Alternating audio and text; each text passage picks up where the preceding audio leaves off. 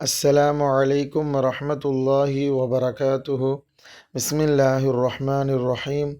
رب اشرح لي صدري ويسر لي أمري واحلل عقدة من لساني يفقه قولي.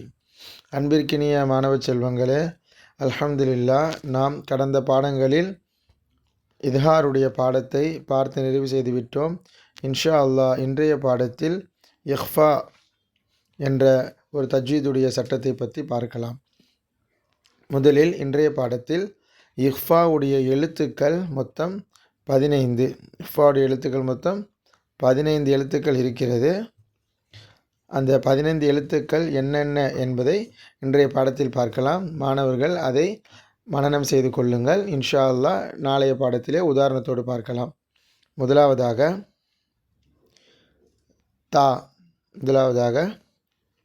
தா, அடுத்ததாக சா,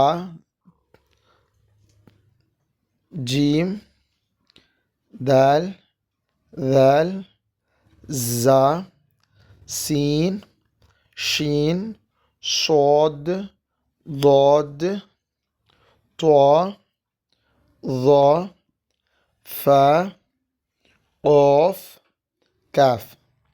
இன்னொரு முறை தா, சா, ஜீம், தால், தால், ஜா, சீன், ஷீன், ஷாத், ضاد, طا, ظا, ஃபா, قاف, காஃப்.